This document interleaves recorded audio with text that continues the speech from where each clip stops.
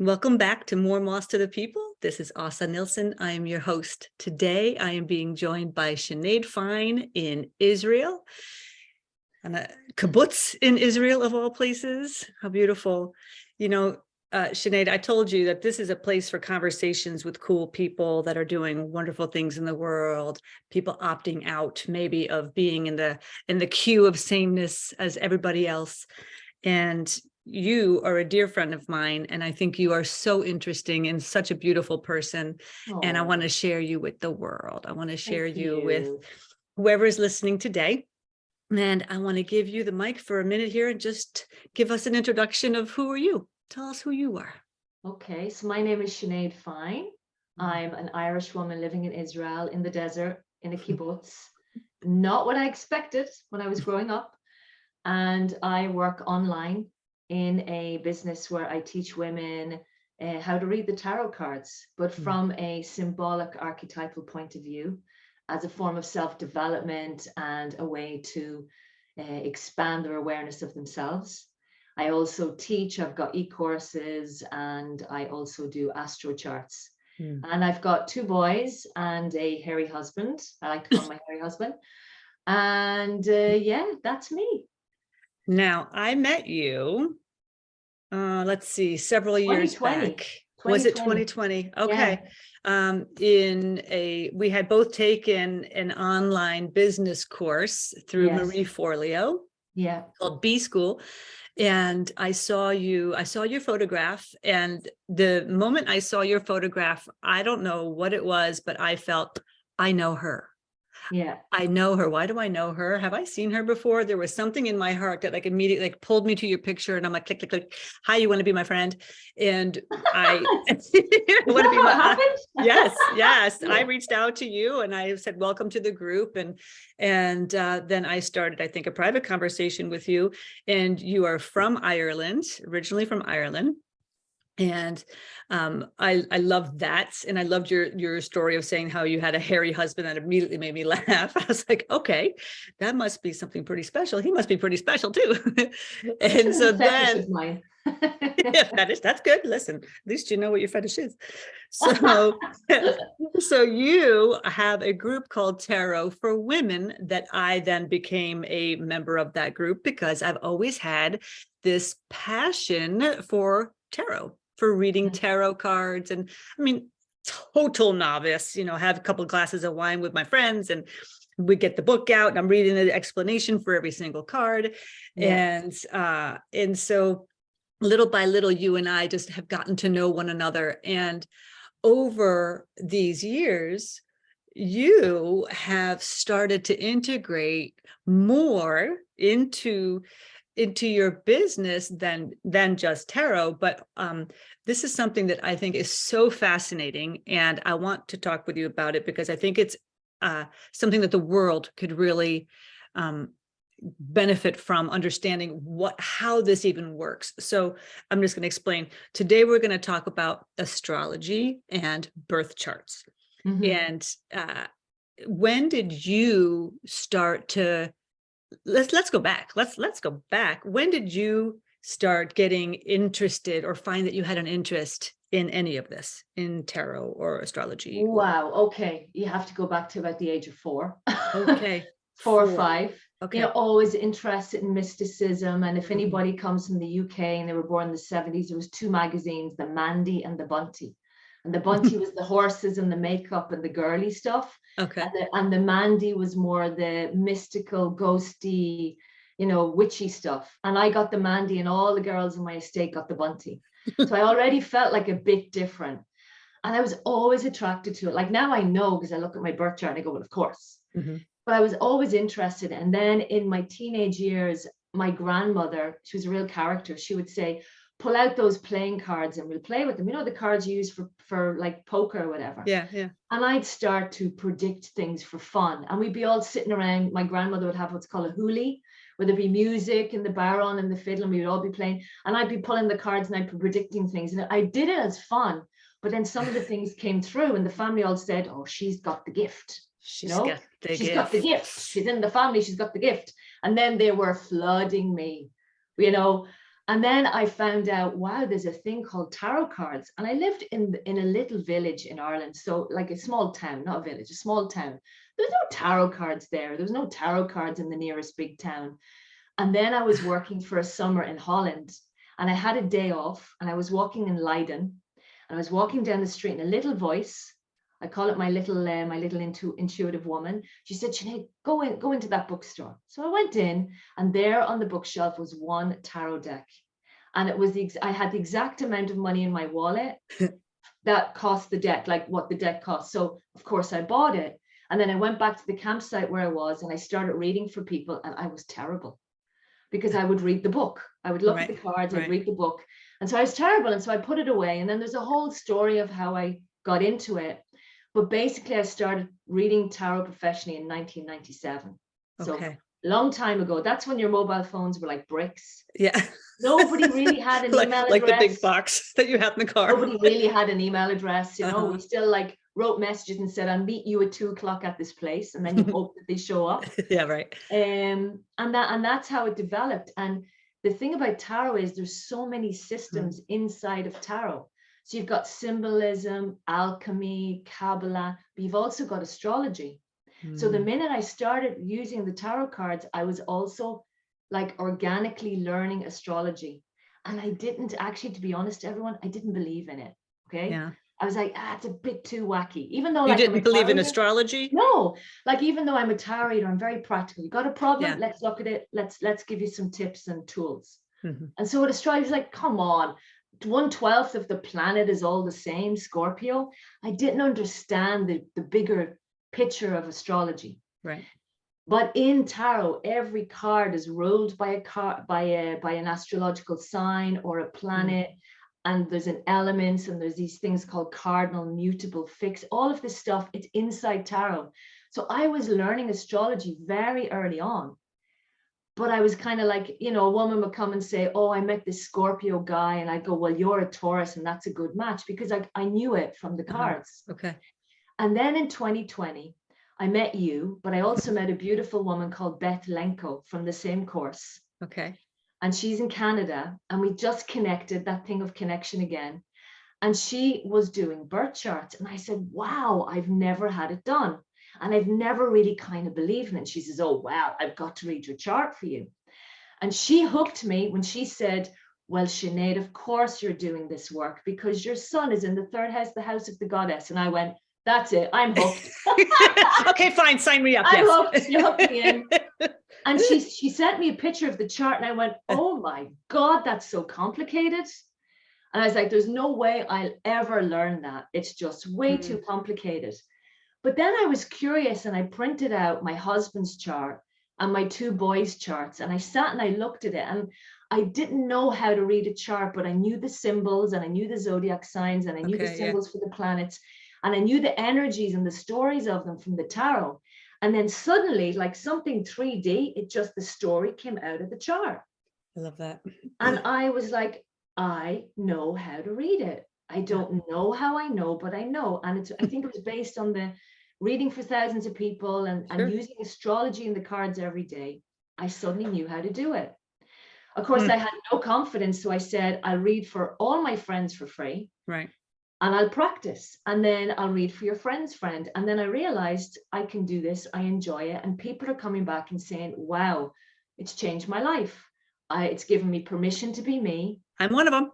Yeah, it's given me permission to be me. It's given me the awareness of what my challenges in life are, where I don't need to beat myself up about them. I can be aware of them, and I can choose to think differently or to choose a different option and not have that reaction that we have to issues, but also showing people their superpowers. Like, oh my God, I always knew I was good at this, but I didn't really know. Like, for example, when I was a little kid, I had 24 teddy bears. They all had names. They all had different characters.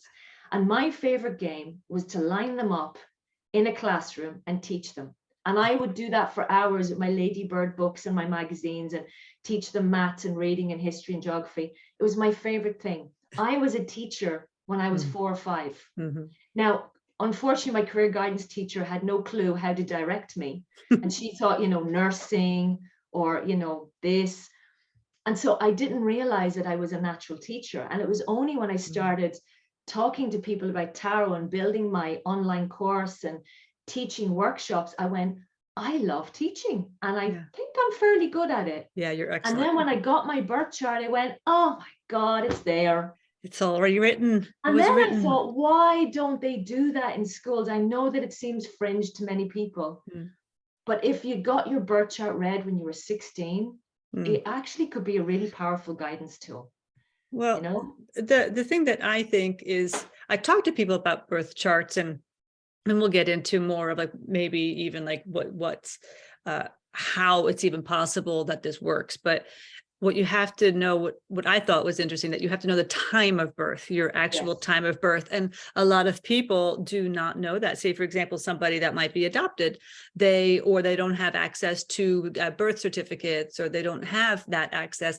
What can they do if they only have the date of birth and the place? You can still have a birth chart, but what happens is when you get the time, then you know what your ascendant is. It's an aspect in the chart, because it's like the moment that you're born, you go outside, you take a photograph of the sky, and whatever zodiac sign was on the horizon, that's your ascendant. And then that tells you where the houses are. There's 12 houses in a birth chart. Each house represents something. And so it kind of sets the tone for the whole chart. Okay. If you don't know the time, then you would know that you're a Mars in Sagittarius. But if you have the time, then you know that you're a Mars in Sagittarius in the 6th house. And that's how Mars, your energy, your drive, your passion, will come out in the 6th house, which is work, which is everyday routine. Okay. Then you can start to go to a deeper layer, but you can definitely read people's charts without the time. Okay. But it gets even more precise when you have the time. Okay, because it's it's sad if you can't have access to that, but if you can get some information, it's certainly it's better than nothing. So how then, if a person is like, if you ever were to go to, I've gone to astro.com, and I've put in my birth information and the place that I was born, my name, I think. And then this thing pops up, and it's a chart. And I don't know if it's possible. I don't know how to do this so well, but maybe I can just show my, hold on, let me see if I can do this. I don't know if I can do this. Hold on. To show your birth chart? Yeah, just like super quickly. I don't know how to do this. Hold on. No, forget it. I don't even know how. I'm going to screw the whole thing up. I was going to see if I could show my birth chart, because when you look at it, just like immediately, you're like, what in the world does all this even mean? It's like, it's a language, you know, Yes. It's like a language. Like, you know, I had to learn Hebrew when I came to Israel. It's a language that you learn based on symbolisms and energies. And, you know, like a lot of people look at it and go, I don't want to learn it. I want someone else to tell me what it means. Just like, you know, I don't want to learn human design. To me, it looks way too complicated, and it probably is and isn't. I'll go to someone else to read the chart for me. It's a language, you know, and what it does is it shows the energies of the cosmos the moment that you were born. And how does astrology work? There's loads of theories, but the bottom line is, I don't know. I don't know how it works. It just works. It blows me away every time. Like, you know, I can pick up a birth chart, and I know that I'm reading for someone. I don't know them at all. It was a friend of a friend of a friend of a friend, or someone found me on the internet, and I can look and go, wow, this person is a nurse. I just feel it. They're here to serve. They want to help, you know. I just get that sense. And then when I go to the chart and I talk with them, they are. How do I know that? It's like sometimes it's so clear. Not always, but sometimes it's so clear. It's so clear what a person's supposed to do.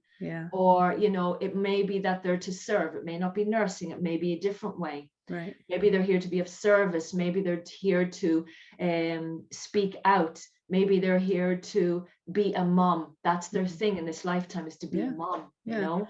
Well, I think that also that when we sit and, you know, one of the premises behind this entire movement is that we don't have to be like everybody else. We do not, it's we are here to be our individual selves and to actually create what we came here to do. And each person has an individual purpose, has an individual meaning, and there's no such thing as mistakes.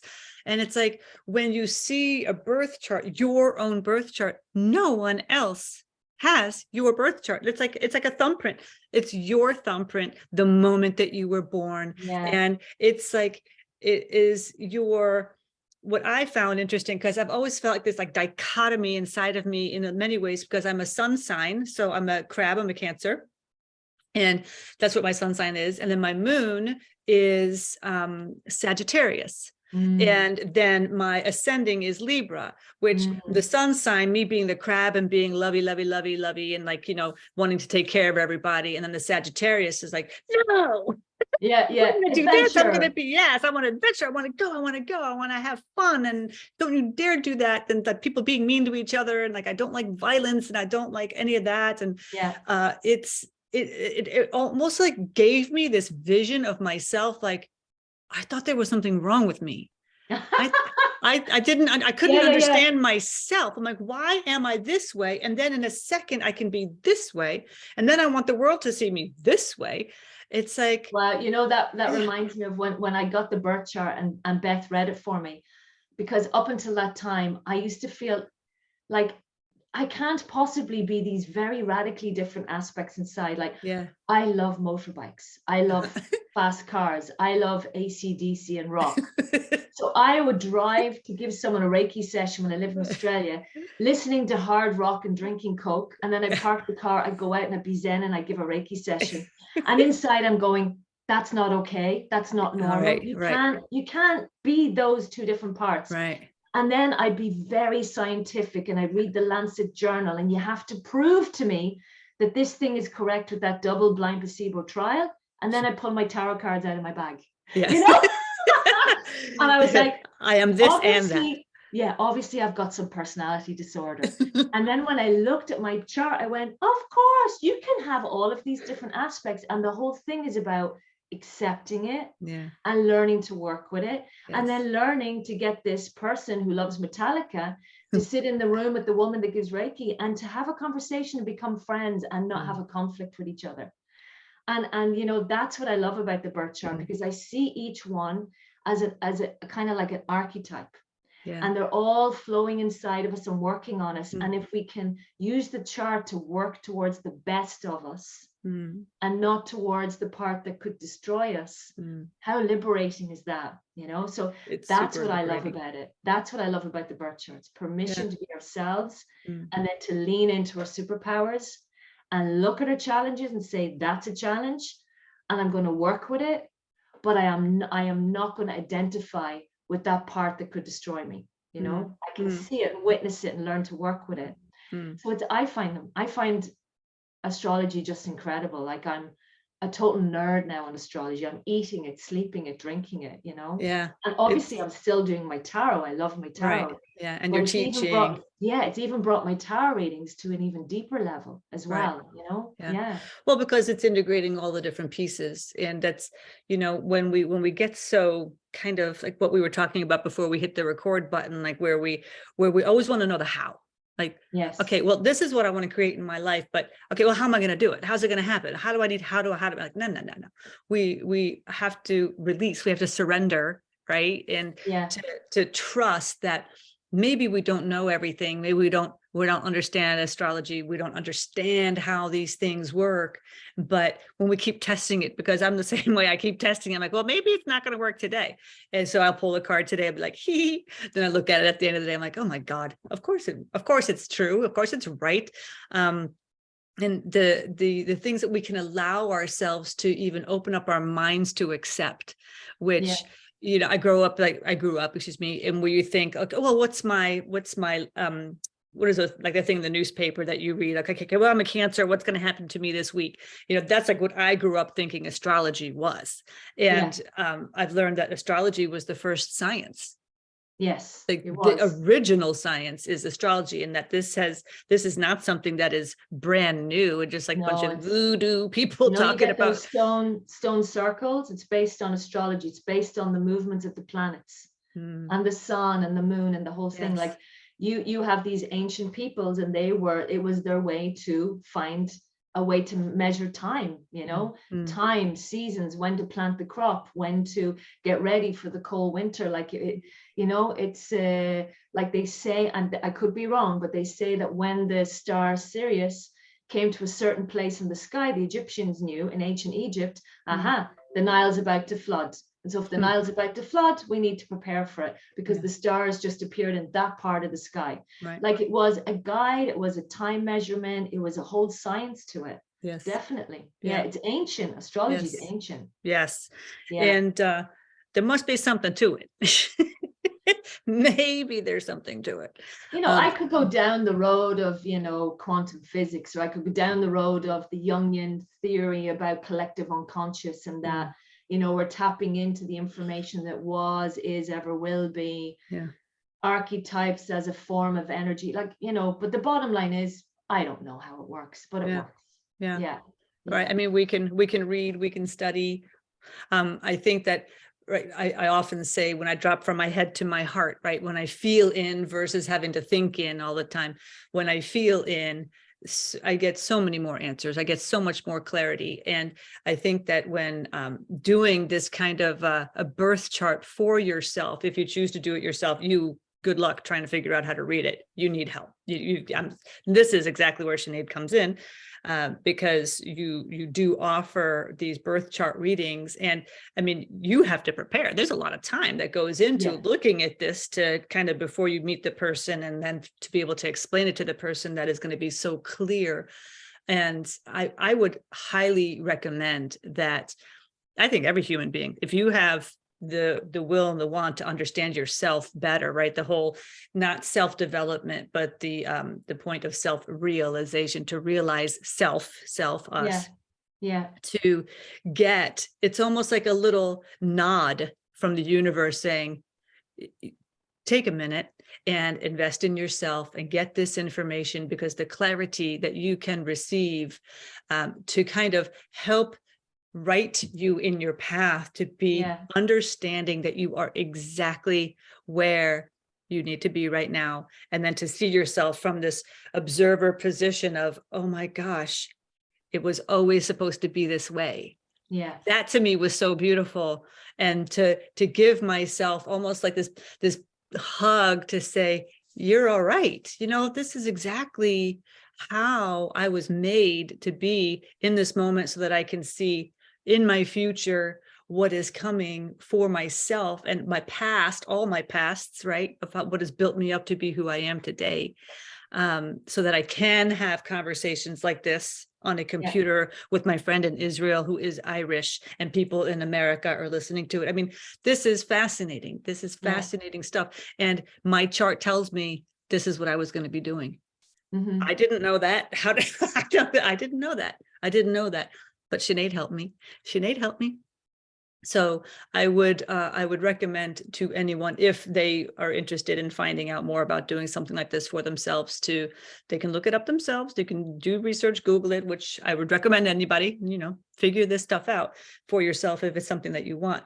But get help from somebody who knows what they're talking about. And even though, you say, oh, I just started getting interested in 2020, you have been doing this since you were 4. Right? This lifetime, you have been making way for yourself to come to this point again, so that you can help other people, so that you can teach others about themselves.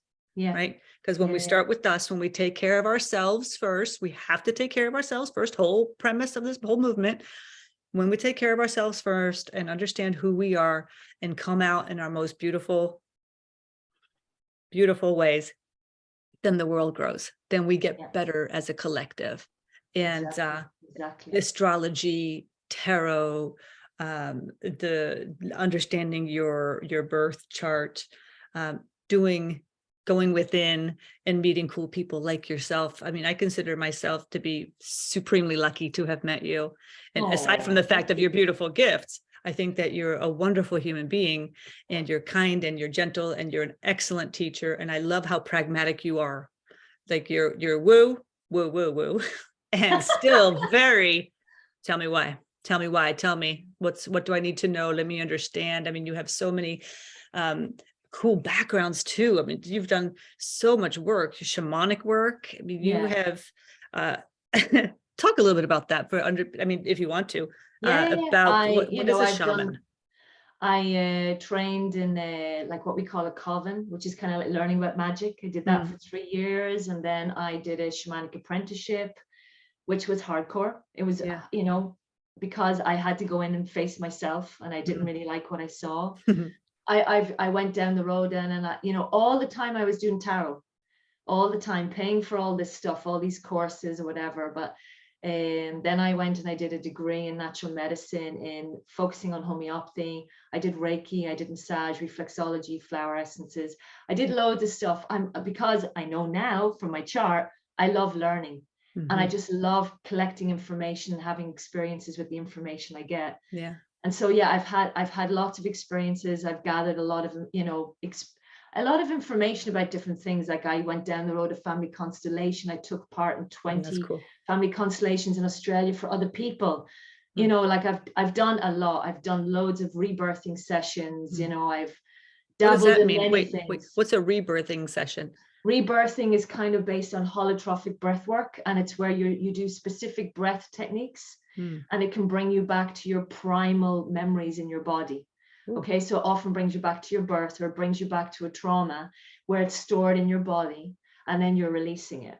So Stanislav Grof kind of started working with that because he was doing research in LSD, and then it was stopped in America, and then he found that breath could help him access these places.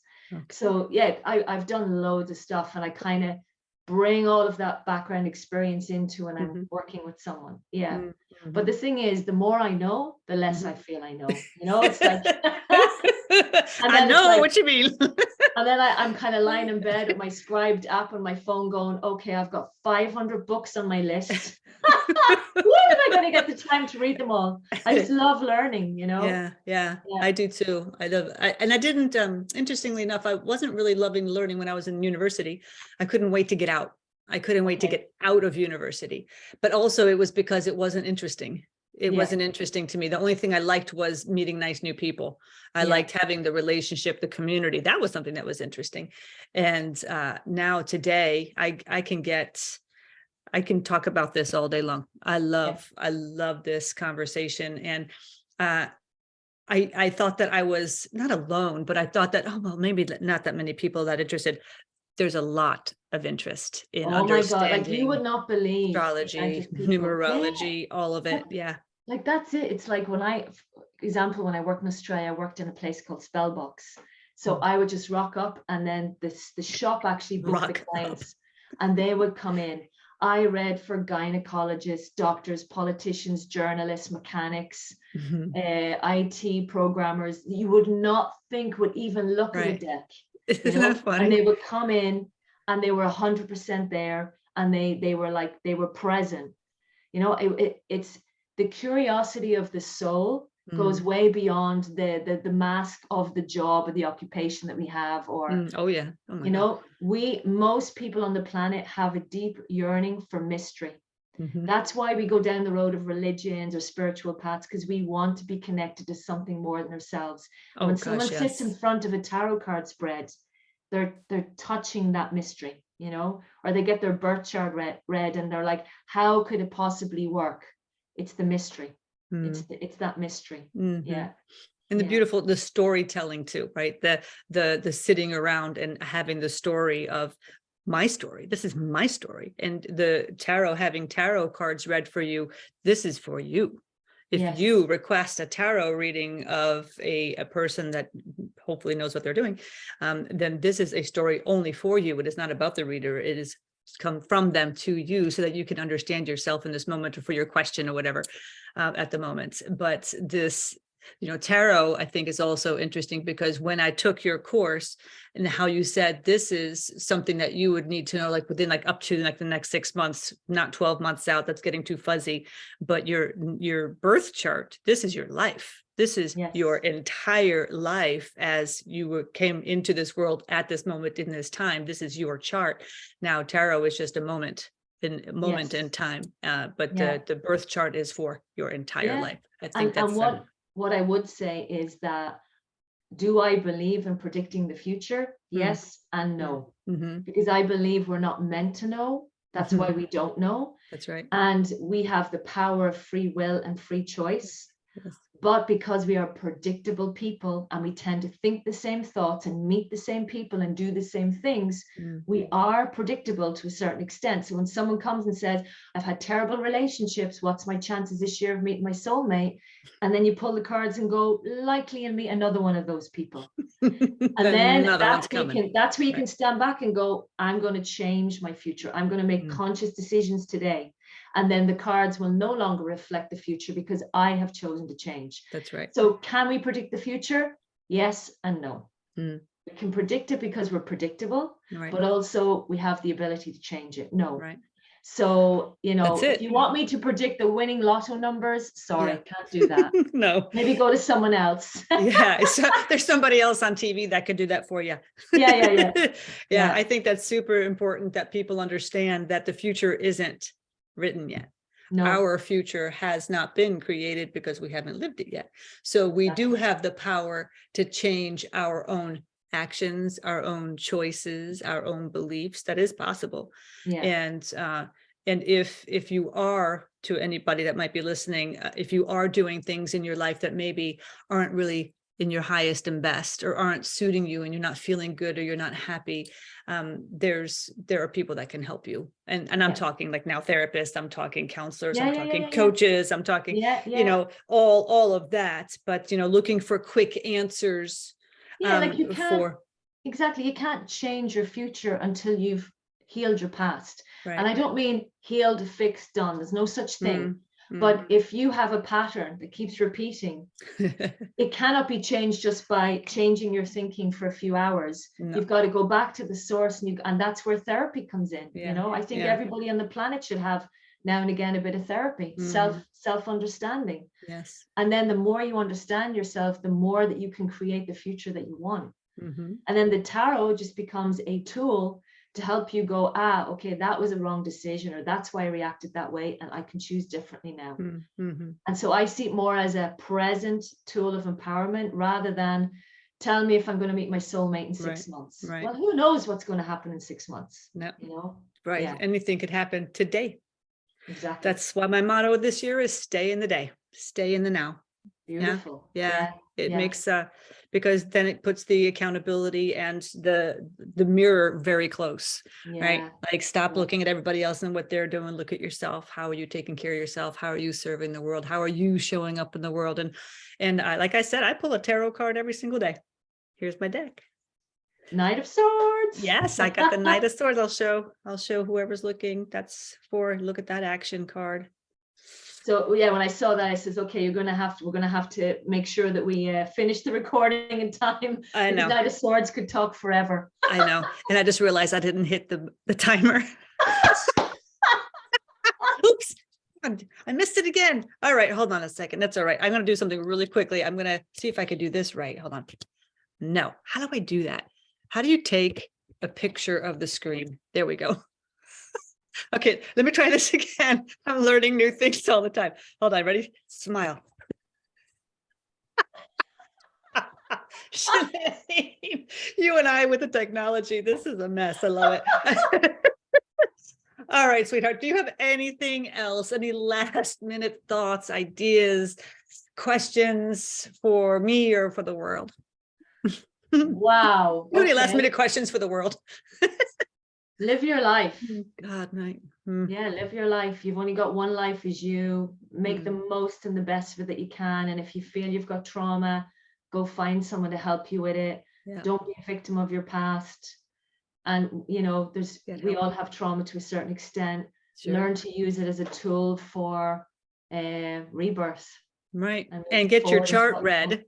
I mean, but can you, let me, super. Isn't it also, can you see trauma in the chart? Yeah. You can see that. Yeah. You can see that. Yeah. That's fascinating and interesting, because then it also gives, it shows you that maybe was supposed to happen this life, but up to this You point. know, you go Now you down can the change whole it. rabbit, you go down the whole rabbit hole of the soul chooses the body and the experience before it comes. Who knows if that's Right. real or not? You know, Right. I tend to buy that from my I do too. experience. Me But too. in a birth chart, you've got the North and South node, which is about past lives and why you're here and why is your soul here. You've got the fourth house, which is your family, your ancestry, where you've come from, the stories that you've come from. You've got certain planets that are constrictive and hard on us, and other planets which are very expansive and can be too expansive. So yeah, you can see it on the chart. You can see the potential of what could happen, you know? Yeah. And just because your chart might be quite heavy does not mean that you can't have a great life, because a lot of well-known people had challenging charts and they overcame them and developed. So yeah, it's a blueprint, but it's not written in stone. It's something that you evolve with. Yeah, definitely. Getting more knowledge every day. All right. Well, I appreciate your time today. Thank you for being here with me. I definitely want you to come back. We can learn more. And maybe even one day maybe we can even like look at a birth chart one day. Sure. And like give some examples of what it is we're looking at or something. I don't know how to do that because I can't even figure out how to share the screen. So we can practice this. All right. Thank you, Sinead. Thank you for your time today. Thank you. And we will attach all of Sinead's information in the show notes, her website and her social media channels, so you can join her on Facebook and Instagram. Do you have a YouTube page? I do, but I haven't put any videos up yet. Yeah, I'm just learning how to do that too. My gosh. It's on the list. It's on the list. Yeah, later. Yeah, there's enough going on. All right. Well, thank you so much for today. Thank you. I appreciate it. I appreciate you and your work. Thank you. Take care.